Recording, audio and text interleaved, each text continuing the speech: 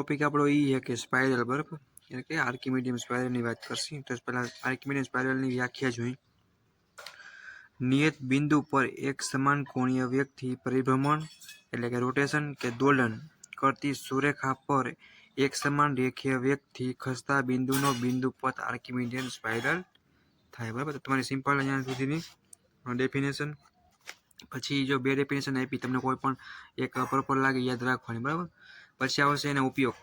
તો ઘડિયાળની યંત્રરચનામાં વપરાતી સ્પ્રિંગનો આકાર, લેથ ચક્રની સ્કોલ પ્લોટમાં ખાંચાનો આકાર, જીગ અને ફિક્ચર એ તમે આગળ ભણશો, બરાબર, મિકેનિકલમાં.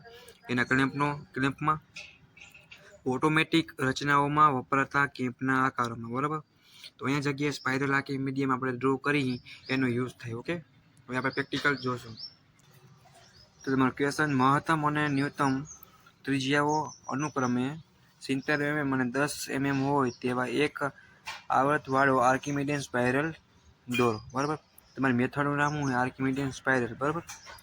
જ્યારે તમને આર્કિમીડિયન સ્પાઇરલ પૂછાય ત્યારે તમારે હમણાં આપણે પ્રોબ્લેમ જોશું, તમે વધારે આઈડિયો આવશે. સિમ્પલ અને નાનકડો મસ્ત મજાનો પ્રોબ્લેમ છે, એકવાર જોશો એટલે આવડી જાય. ઓકે, આપણે ચાલુ કરી. તો તમને 70નું માપ આપ્યું એટલે આપણે મોટું સર્કલ 70નું થશે, પણ ફરીને આવશે એટલે ઓટોમેટિક 140નું થઈ જાય. એટલે આપણે સૌથી પહેલાં શું કરશું? તો હવે આપણે એને પહેલાં સિમ્પલ 140 mm લાઈન ડ્રો કરી નાખશી. તમારે 70ની કરવી તો પણ કરી શકો. આ તમારી 140 અને અડધું એટલે કે 7, બરાબર. અહીંયા આપણે સૌથી પહેલાં ને ઓ પોઈન્ટ આપી દઈશું અહીંયા ઉપર, બરાબર. હવે તમારે 7 આગળ રાખીને સીધું વ્યવસ્થિત રહે એ રીતે ઉપરથી લેવાનું અને 70 ઉપર અને 70 નીચે, બરાબર. 140 તમારું થશે, બરાબર. જો તમારી રકમમાં નાનું 10 આપ્યા છે તો સૌથી પહેલાં આપણે શું કરશું? સ્કેલમાં 10 માપ કરી અને નાનકડું સર્કલ ઓ પોઈન્ટ આગળથી આપણે લેશું, બરાબર. એ થઈ જાય પછી તમારે 70 mm માપ લેવાનું. જો આપણો 70 જ છે, બરાબર. તમે પહેલાં 70 કર્યું હોત તો પછી ફરી ના આવત, એ ઓટોમેટિક તમે લાઈન તો લંબાવવી પડે. એના માટે આપણે આ લાઈન પહેલાંથી લંબાવી દીધી. ઓકે, તો તમારું આ માપ ટોટલ છે એટલે ફરીને આવશે એટલે આખું 140નું થઈ જશે. તમારું મોટું જે આપણું કામ થશે એ આપણો એરિયો હોય એ અત્યારે ફાઇન થઈ ગયો એની અંદર થાય, બરાબર. કેટલું છે? મેં રકમમાં આપ્યું છે 70, ટોટલ 140, બરાબર. આપણે 12 ભાગ પણ આની અંદર 12 ભાગ ફિક્સ જ છે કે 12 જ છે. તો તમારે કોણ માપક લઈ અને જો આ ભાગ તમને દેખાય એ લઈને તમારે ઓ આગળ વ્યવસ્થિત મેચ કરવાનો, બરાબર. આ થઈ જાય, બરાબર. પછી તમારે શું કરવાનું છે? પછી તમારે ભાગ પાડવા માટે 30 છે, 1 પોઈન્ટ, 1 60 છે, એક આલી સાઈડ 60 છે અને 30 છે. પછી હેઠે તમારે નહીં કરવાના, ઓટોમેટિક હેઠે આવી જાય. તમને બતાવું હમણાં, બરાબર. તો જો આપણો એક આ પોઈન્ટ હતો, પોઈન્ટ તમને દેખાય એ રીતે કરવો. આમ રાખીને આખું સર્કલ આવી જશે ઓટોમેટિક. પણ નહીં કરવો જોઈએ ઓ આગળથી, અને બારની બારે નહીં કાઢવાનું, બરાબર. એક આપણે અહીંયા કર્યો તો 60 વાળો, એ પણ જો આ સર્કલની ઓટોમેટિક આવી જાય એટલે તમારે ખોટા ટાઈમ બચે, બરાબર. એ રીતે ફટાફટ જ્યાં પોઈન્ટ આવ્યો હોય 30નો 60નો અહીંયા તમારે કરતું જવાનું. ઓ આગળથી નહીં કરવો જોઈએ, એટલી શરત છે આપણી. એટલે આપણે 12 ભાગ સિમ્પલ પડી ગયા અને તમારે સીધા આછા કરવાના, બરાબર. હવે તમારે શું કરવાનું? અહીંયા પેલા 0 આપી, બરાબર, અને અહીંયા 1 અશોક ચક્ર જેવું આપણું અત્યારે કામ થયું કંઈક 3 4 એ રીતના ફટાફટ બધા નંબર આપી દેવાના. ભાગ કેટલા પાડ્યા હતા? 12, એટલે 12 આવશે, બરાબર. છેલ્લે આપણું 11 અને ડેશ જેવું કરીને છેલ્લું આપણું 12નું. આપણે 12 ભાગ પડી ગયા, બરાબર. નેક્સ્ટ આપણું કામ એ છે. હવે તમારે અહીંયા એ નામ આપવાનું, અહીંયા આપણે મસ્ત મજાનું બી નામ, બરાબર. હવે તમને એક નોટ લખી દઉં તમારા માટે, એટલે કદાચ કોઈને ભૂલાઈ જાય તો સહેલું રહે યાદ રાખવામાં. આ ડિવાઈડ, બરાબર, ઇંગ્લિશમાં જ લખવાનું. અત્યારે આદત પાડશો તો જ મને આવડશે. Divide AB into same equal part, બરાબર. આ AB ડિવાઈડ કરશે આપણે સેમ ઇક્વલ પાર્ટ, બરાબર.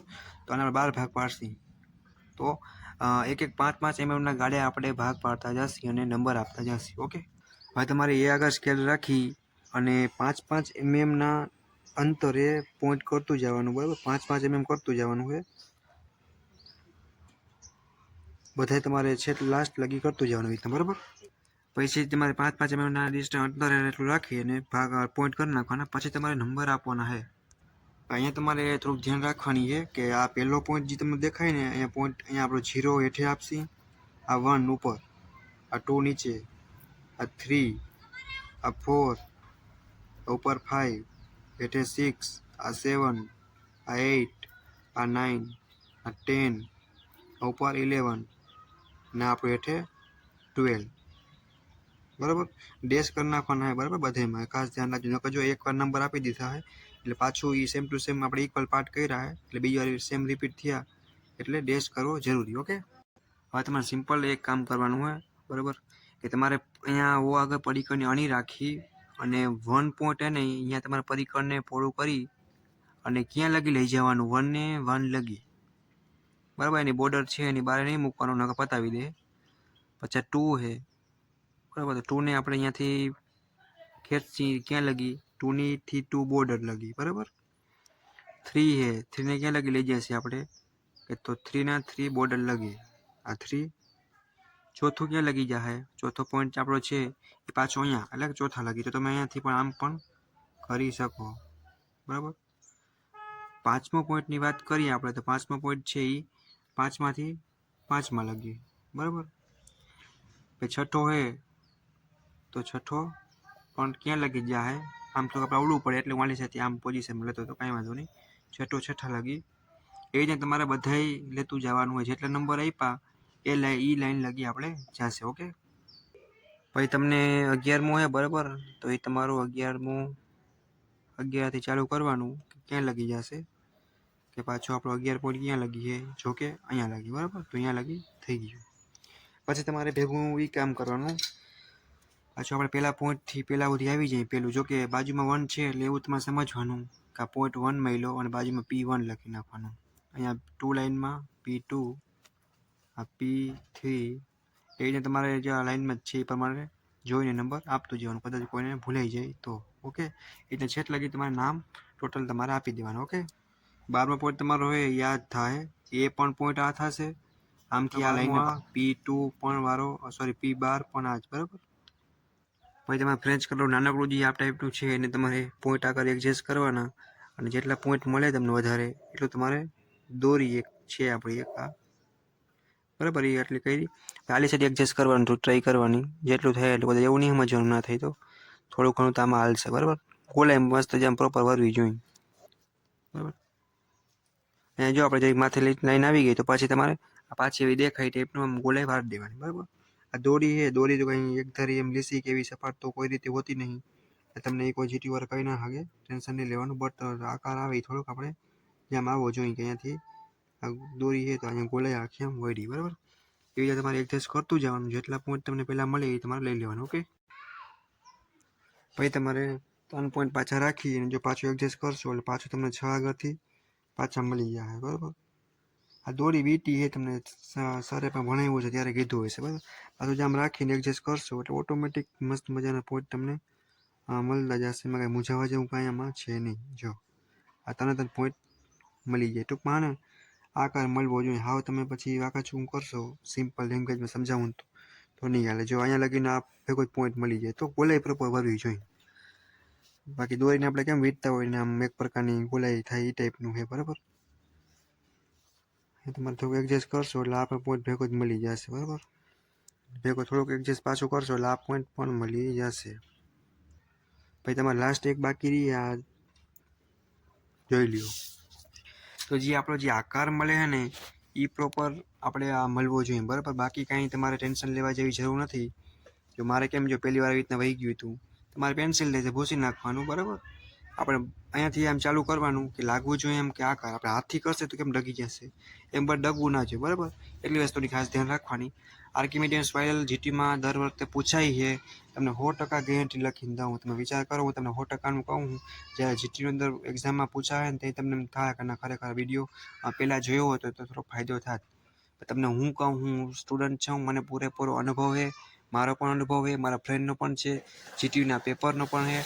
ઓલું બધું જોઈને જ તમને 100% હું લખું, કેમ કે આ 100% લખવા પર મારે અનુભવ હોય ને, એક્સપિરિયન્સ માગે દુનિયામાં. કોઈ પણ પેપર ગમે એવું અઘરું નીકળશે, આ ક્વેશ્ચન પૂછાશે બરાબર, અથવામાં આવી છે ભાઈ છે. પછી તમારે વ્યવસ્થિત એરો મારી એક સાઈડ અને અહીંયા એરો વ્યવસ્થિત મારી લખી નાખવાનું આપણે અહીંયા કે આર્કિમીડિયમ સ્પાઇરલ બરાબર.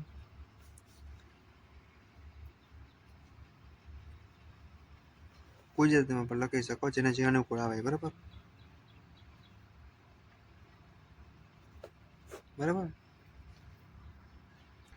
તો અહીંયા આપણો આર્કિમીડિયમ સ્પાઇરલ એ પૂરો થાય બરાબર. તમારા બીજા પણ ફ્રેન્ડને શેર કરજો, અને વિડીયો જો ગમે તો કોમેન્ટ પણ કરજો બરાબર. ઓકે, જ્યારે ફાઇનલ આપણું ડ્રોઈંગ તૈયાર થાય તે એવું કંઈક દેખાવું જોઈએ, એટલે મસ્ત માર્ક્સ મળી જાય. ઓકે, રકમ 2 વાર જો વાંચી લેવાની મસ્ત. પછી હેડિંગ તમે પેપરમાં પણ ડ્રો કરો ત્યારે ટાઈમ હોય તો હેડિંગ મારી પછી તમારે શરૂઆત કરવાની બરાબર.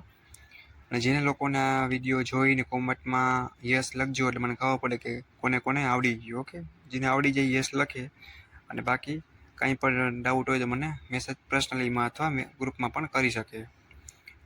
અને વોટ્સઅપ ગ્રુપમાં પણ જોઈન્ટ થઈ જાજો, તો તમને એની પણ હેલ્પફુલ થાય એવી માહિતી આપણે એમાં પણ શેર કરતા હોય. ઓકે.